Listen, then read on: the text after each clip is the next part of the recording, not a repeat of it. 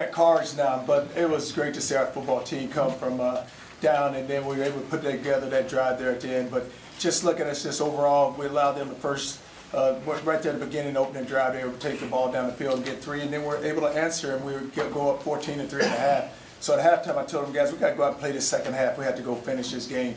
But we gave up 2 jump balls there. But you watch our defense in that third quarter, that goal line stand was I don't think, since I've been here, I know it hasn't happened that we had a goal line stand like that. But just to see our defense go out and just defend the goal line like that. And it was first and goal on, the inch line. And they got 5 downs, but luckily we jumped off sides on the touchdown that they scored. So we were able to go back out and stop them on the 4th down. And then to watch our offense take the ball with 3 minutes to go in the game, 2 timeouts to go. And we usually practice 2 minutes. And what I usually do at practice, I say it's 1:35 to go. You have 1 timeout, you need a touchdown. But luckily we had 2 timeouts. Actually, we had 3 timeouts to go, and we had 3 minutes to go in the game. So we were able to take the ball down the field, and Teddy threw the ball to Eli. Each week a different receiver stands up. Last week it was Devontae Parker. This week is Eli.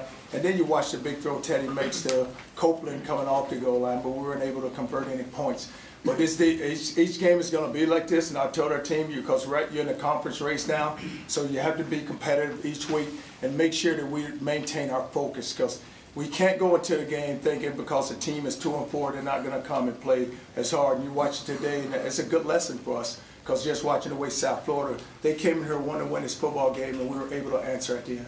Charles, is it almost like you've learned something new about Bridgewater every time he's put in a different situation, like with that 3-minute, that last drive? Well, if you're just watching, and I know a lot of credit's going to go to Teddy, but we told our offensive line, if you don't protect our quarterback, then there's no way we're going to have a chance to go win this football game.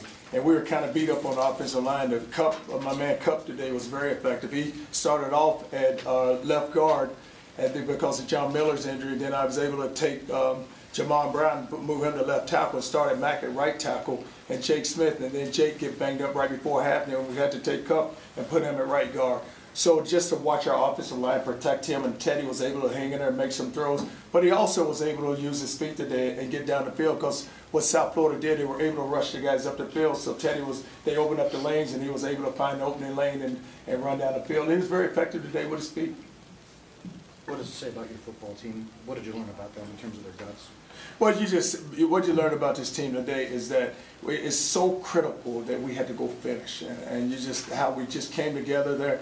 And even when they scored that last touchdown, our guys, you can just look at the sideline and just say, you know what, our offense has a chance, so let's watch our offense go move the football down the field. So we're going to go score, and then you made Teddy made the 2 big throws, and he got pressure, then he threw the check down to Jeremy Wright, and Jeremy was able to get down the field and make a guy miss or 2. Then you just felt it then. And then the energy, and the stadium came alive, and it got so loud. Wow, it got loud today. There weren't that many people left, but the ones that left, that stayed, they got a chance to see a really exciting ending.